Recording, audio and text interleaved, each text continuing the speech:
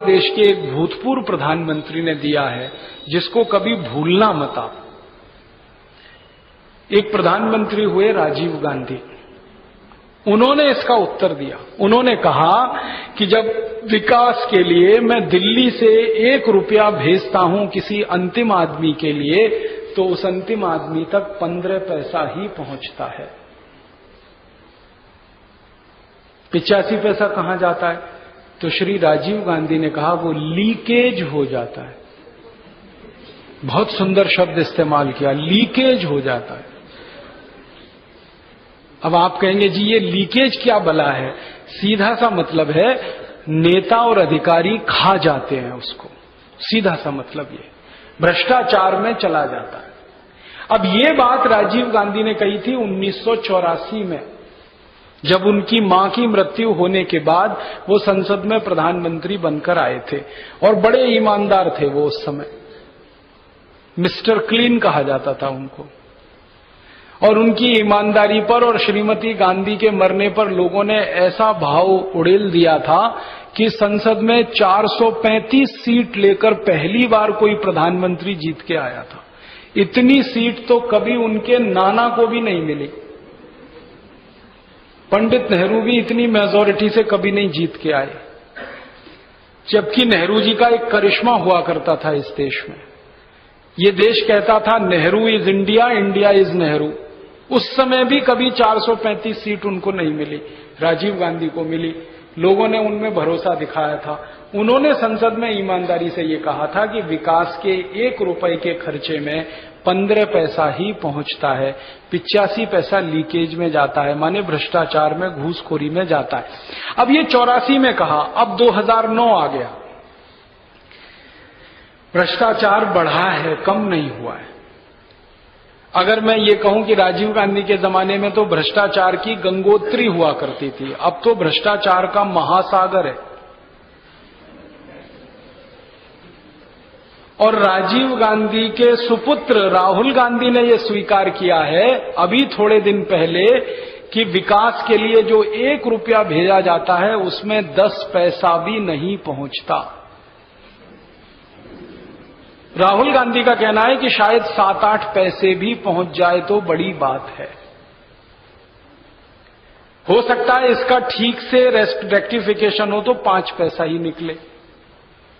इसका मतलब बहुत साफ है कि विकास की बड़ी बड़ी योजनाएं बन तो रही हैं इस देश में, लेकिन उसका फायदा आम आदमी को नहीं मिल रहा है, क्योंकि लीकेज है सिस्टम में, क्योंकि करप्शन है, क्योंकि घूसखोरी है, रिश्वतखोरी है, और अगर कहें तो डकैती है, लूटखोरी है। लूट लेते हैं इस पूरे धन को। कौन लूटते हैं? हमारे नेता, हमारे अधिकारी। और इस विषय पर जब हमारा ध्यान गया, अर्जुन सेन गुप्ता कमीशन रिपोर्ट आने के बाद खोजना शुरू किया कि आखिर जा कहां रहा है पैसा, तो पता चला नेताओं की जेब में जा रहा है, अधिकारियों की जेब में जा रहा है। और ये नेता और अधिकारी जो पैसे को लूट रहे हैं वो इतने ज्यादा निकृष्ट हैं कि उस पैसे को भारत के बाहर भेज रहे हैं, यहां नहीं रखते, बाहर जाता है। कहां जाता है? स्विट्जरलैंड में जाता है। स्विट्जरलैंड नाम के देश में कुछ बैंकें हैं जिनको स्विस बैंक्स कहा जाता है। वहां पैसा जमा करते हैं ये लूट का। क्यों? क्योंकि वो अकेला देश है दुनिया में जहां की बैंकों में आप कितना भी पैसा जमा करो वो पूछते ही नहीं कहां से लाए हो, सोर्स की बात ही नहीं करते। वो तो कहते कर रख दो, जितना है रख दो, 10 करोड़, 20 करोड़, 50 करोड़, और वहां डॉलर्स में बात होती है, रुपए का बात ही नहीं। स्विस बैंकों में खाता खोलना बहुत आसान है। हिंदुस्तान में उनके हजारों एजेंट हैं। किसी एक एजेंट से मैं आपकी बात कराऊं, आप फोन पे बात करिए, कल अकाउंट खुल जाएगा आपका। बस इतना ही है कि मिनिमम जो आपको डिपॉजिट रखना पड़ेगा वो 10 करोड़ डॉलर है, इतना ही है। जैसे आप स्टेट बैंक ऑफ इंडिया में खाता खोलते हैं तो मिनिमम कुछ रखना पड़ता है 500 रुपए। हाँ, अब वहां मिनिमम है 10 करोड़ डॉलर।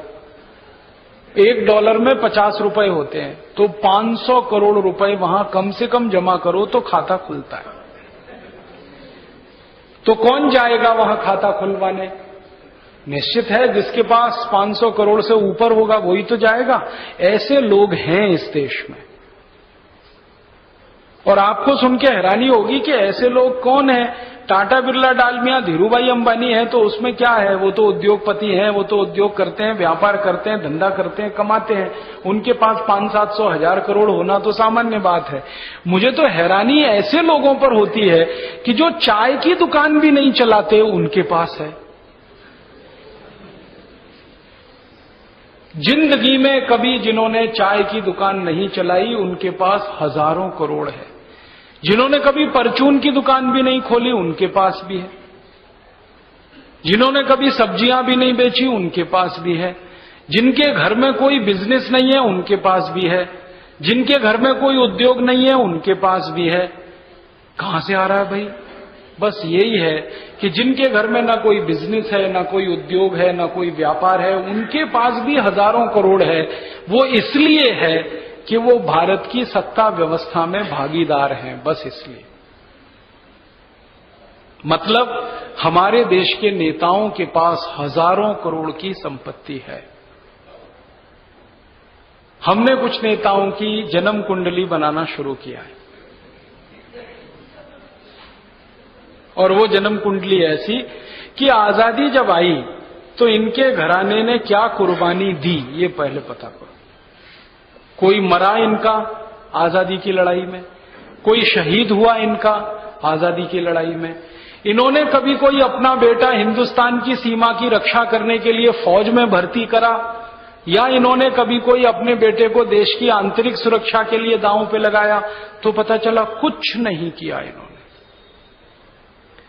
ना आजादी की लड़ाई में उनका घर शामिल था, ना आजादी की लड़ाई में उन्होंने कोई कुर्बानी दी, ना कोई शहादत दी, ना उनके परिवार में किसी ने फौज में नौकरी की, ना देश की सुरक्षा, ना आंतरिक ना बाहरी, कुछ किया ही नहीं।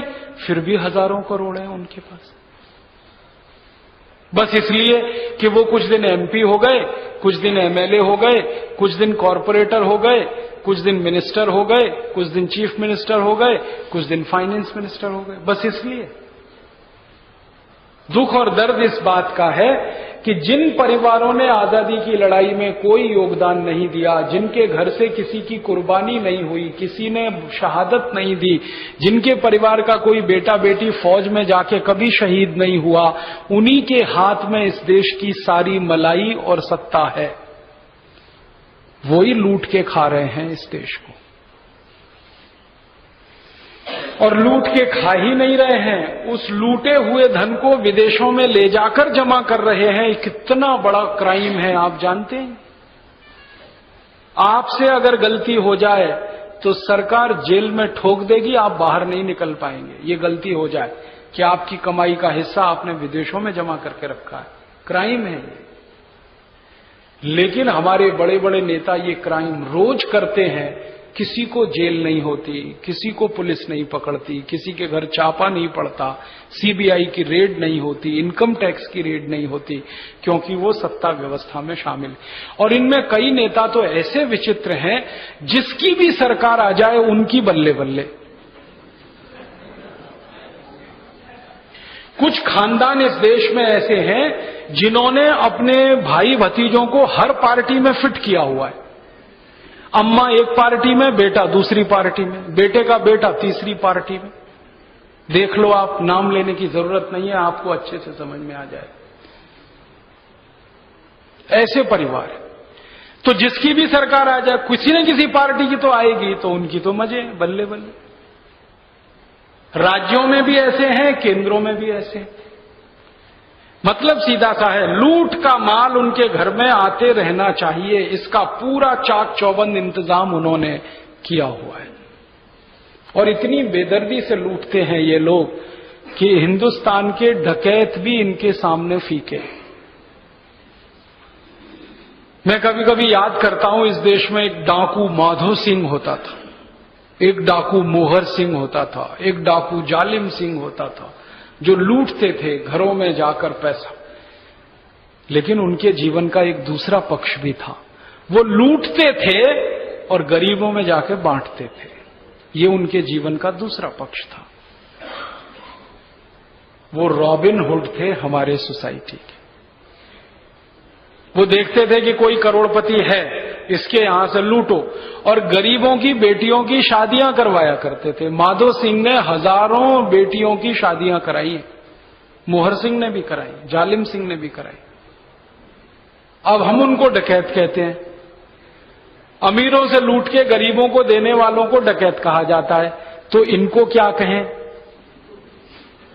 जो आधुनिक जमाने के माधो सिंह, मोहर सिंह और जालिम सिंह, ये तो लूटते हैं, गरीबों पर तो एक पैसा खर्च नहीं करते, लूट कर ले जाकर इसको स्विस बैंकों में जमा करके रखते हैं अपने कुत्ते बिल्लियों के नाम से।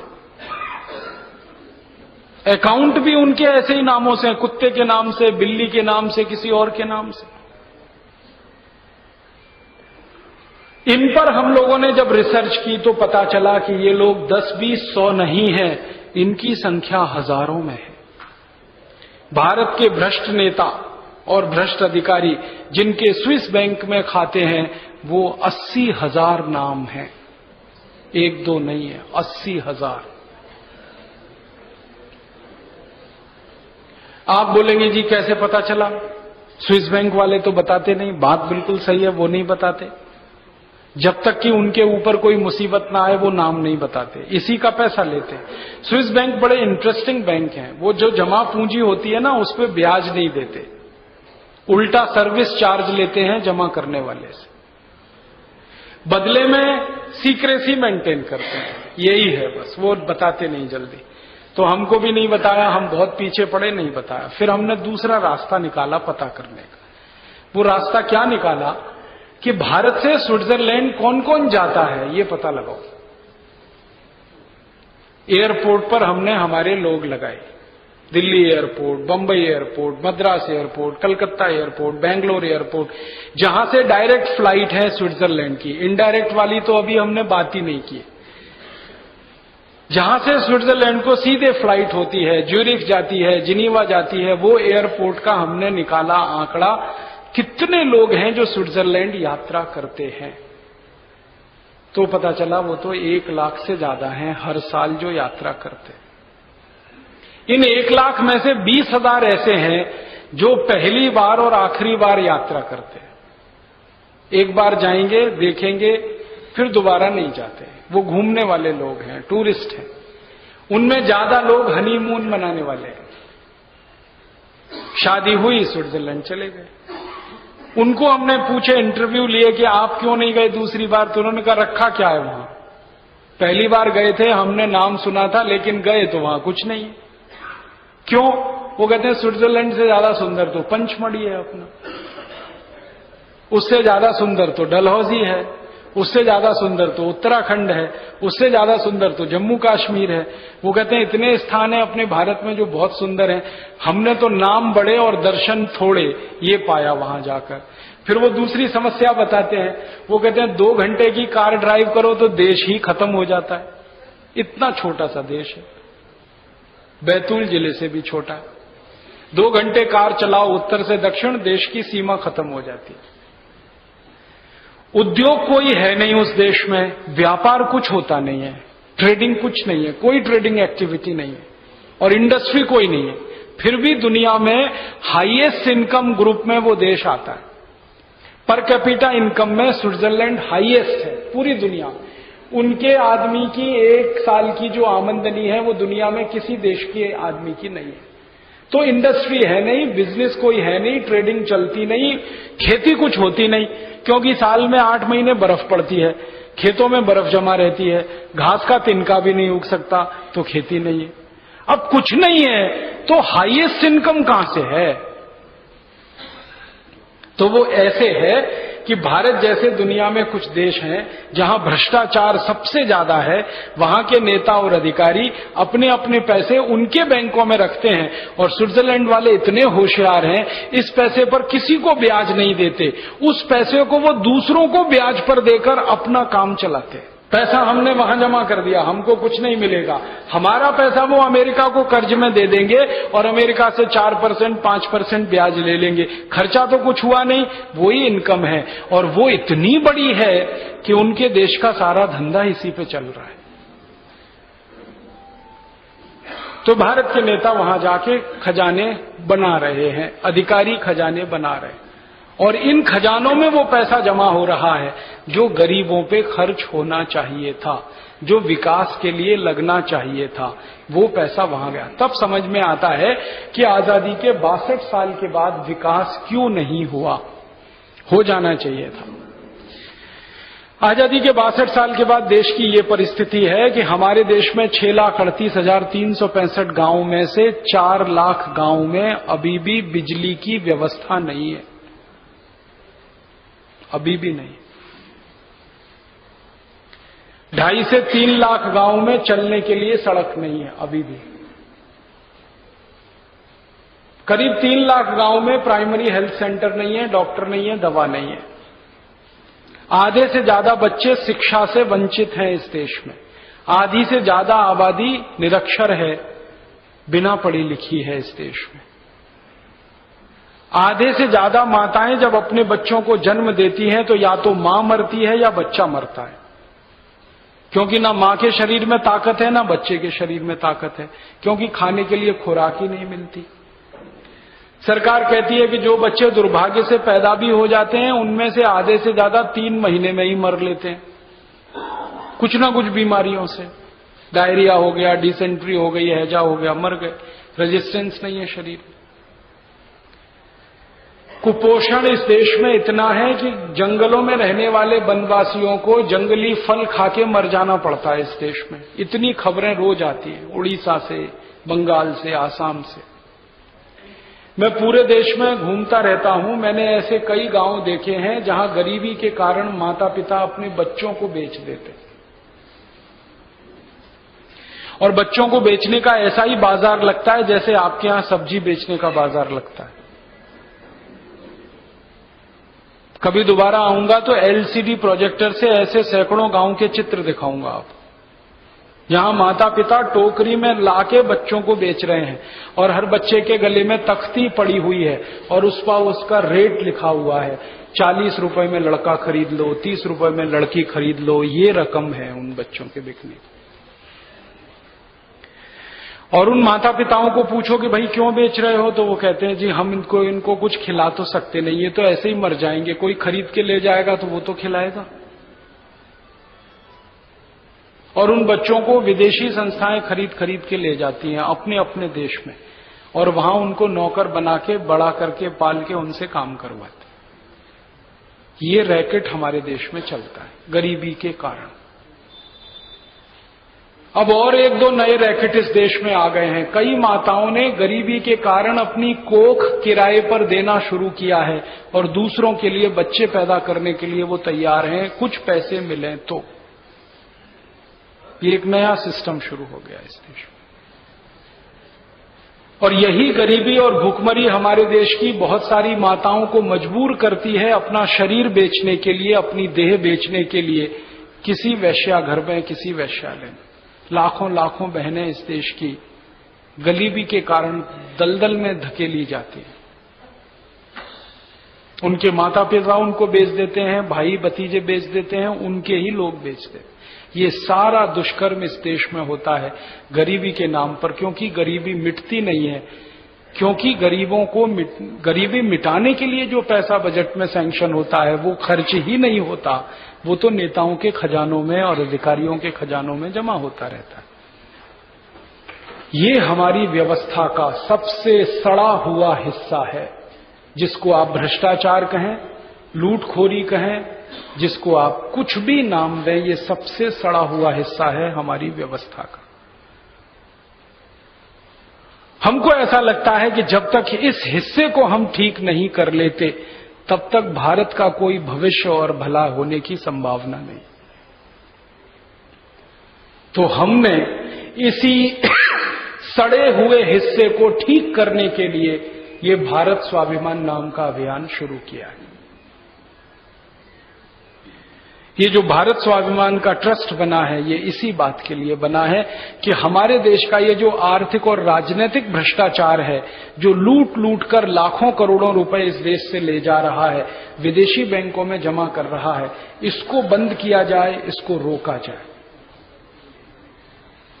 आपके मन में एक प्रश्न आ सकता है कि कितना लूट लिया, उसका हिसाब निकाला। 62 साल आजादी के बाद इस देश के नेताओं ने जो धन लूटा, 80,000 बैंक अकाउंट जो स्विट्जरलैंड में हैं, उनमें जो पैसा जमा है वो करीब 72,80,000 करोड़ रुपए है। डॉलर में बात करूं तो 1,500 अरब डॉलर है, 1,500 बिलियन डॉलर है। बिलियन माने 100 करोड़, 1 बिलियन। 1,500 अरब डॉलर है जो स्विस बैंकों में जमा है, हमारे नेताओं का, अधिकारियों का। रुपए में करीब 72 लाख करोड़, 72,80,000 करोड़ है। इसके अलावा स्विट्जरलैंड के आसपास में कुछ और देश हैं छोटे छोटे। एक देश है, उसका नाम है लीचेस्टन, जर्मनी के पास है, वहां भी ऐसे ही खाते हैं। एक छोटा सा देश है, उसका नाम है पनामा, वहां पर भी ऐसे खाते हैं।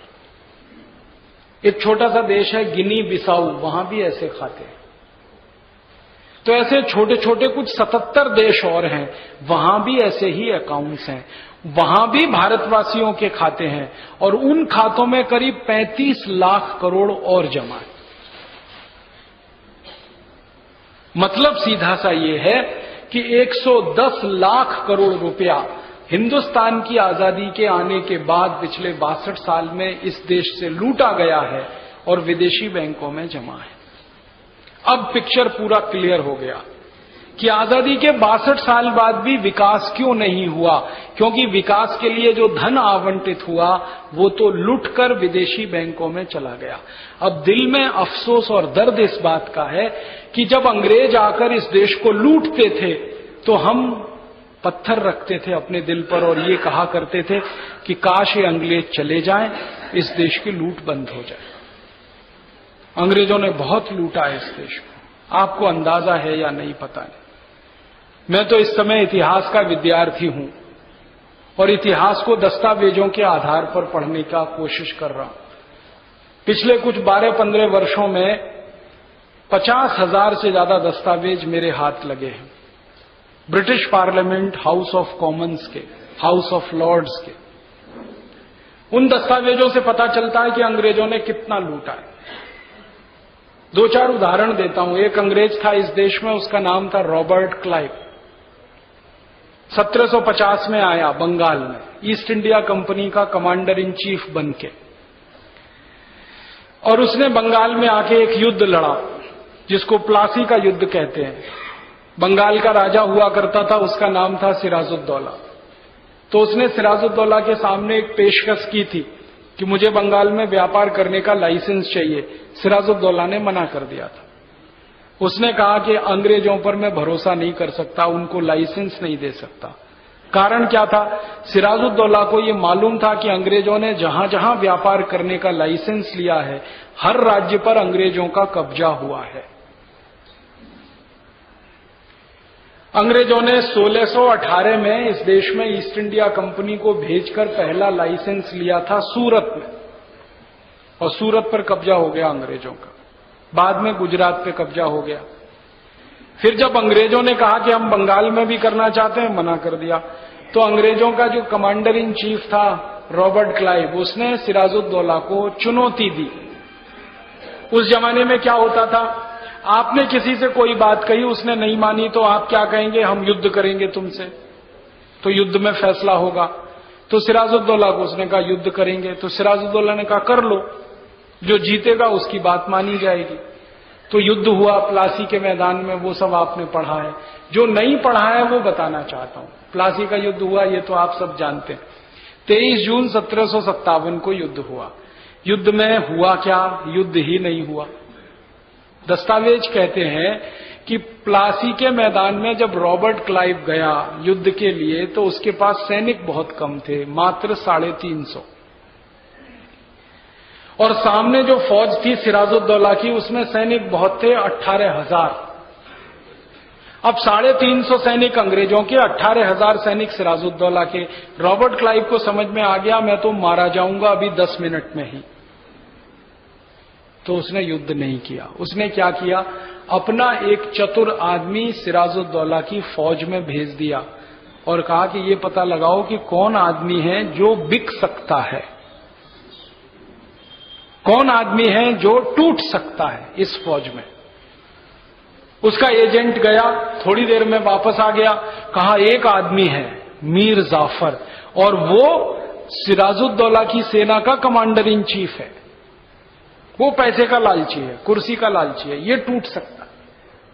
तो रॉबर्ट क्लाइव ने ऑफर भेज दिया उसको और उससे कहा कि तुम मेरे साथ संधि कर लो, मैं तुमको युद्ध के बाद बंगाल का राजा बना दूंगा, सिराजुद्दौला को हम मार डालेंगे, तुम राजा हो जाओगे, फिर लूट लेना, थोड़ा बहुत मुझे भी दे देना। अब मीर जाफर पैसे का लालची था और कुर्सी का लालची था। ऐसे समझ लीजिए कि मीर जाफर था डिफेंस मिनिस्टर और रॉबर्ट क्लाइव ने उसको ऑफर किया कि तुमको प्राइम मिनिस्टर बनाता हूं। तैयार हो गया वो। बंगाल का राजा घोषित किया जाएगा और फिर मीर जाफर और रॉबर्ट क्लाइव मिलकर सिराजुद्दौला की हत्या करेंगे और गद्दी पर मीर जाफर बिठा दिया जाए। ये संधि हुई। ये संधि के पेपर्स हाउस ऑफ कॉमन्स की लाइब्रेरी में पड़े हुए, उसकी फोटोकॉपी मेरे पास है। अब वो पेपर्स पढ़ने से पता चलता है कि युद्ध ही नहीं हुआ मैदान में, वहां तो सरेंडर हुआ और सरेंडर 20 मिनट में हो गया। 18,000 सैनिकों ने हथियार फेंक दिए, वो सब रॉबर्ट क्लाइव के पाले में शामिल हो गए और ये 350 की सेना का सेनापति 18,000 सैनिकों की सेना का सेनापति हो गया। फिर इन्होंने क्या किया, मीर जाफर और रॉबर्ट क्लाइव मिलकर युद्ध के मैदान से घोड़ों पर बैठकर सैनिकों के साथ सिराजुद्दौला की हत्या करने के लिए गए, जुलूस के शक्ल में। सिराजुद्दौला रहता था मुर्शिदाबाद में और युद्ध हुआ था कलकत्ता में। माफ कीजिएगा, युद्ध नहीं, संधि हुई थी कलकत्ता। कलकत्ता से मुर्शिदाबाद की दूरी है, घोड़े से चलें तो 10-12 दिन लगते हैं। तो 10-12 दिन इन्होंने जुलूस निकालकर घोड़ों पर टप टप टप टप मुर्शिदाबाद पहुंचे। उस जुलूस का वर्णन रॉबर्ट क्लाइव ने अपनी डायरी में लिखा है, पर्सनल डायरी में, और उस डायरी का एक वाक्य सुनाता हूं आपको। रॉबर्ट क्लाइव लिखता है कि जब हमने संधि कर ली और सिराजुद्दौला को मारने का षड्यंत्र किया, घोड़ों पर बैठकर हम चल दिए, तो मैं आगे आगे चलता था, मेरे पीछे 350 सैनिक चलते थे, उनके पीछे 18,000 भारतीय सैनिक चलते थे और सड़क के दोनों तरफ हजारों भारतवासी हमारा जुलूस देखते थे और तालियां बजाते थे।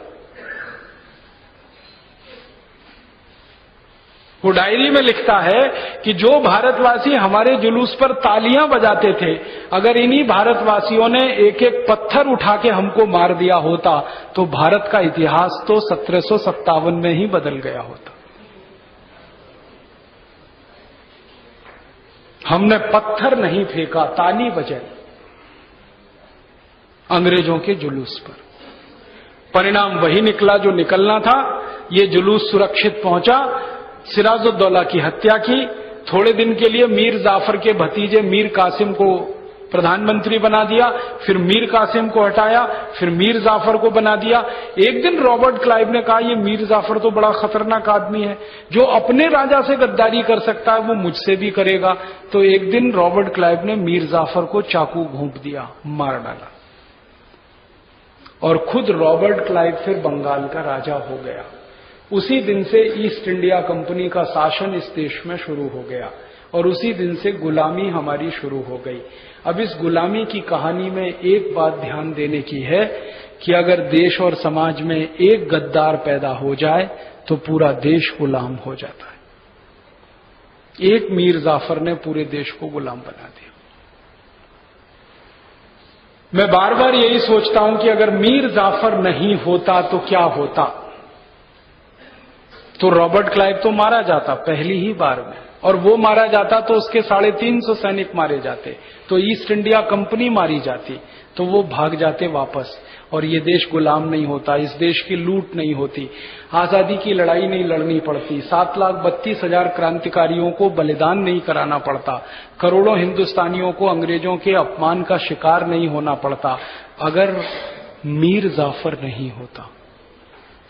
लेकिन मीर जाफर ने देश का इतिहास बदला।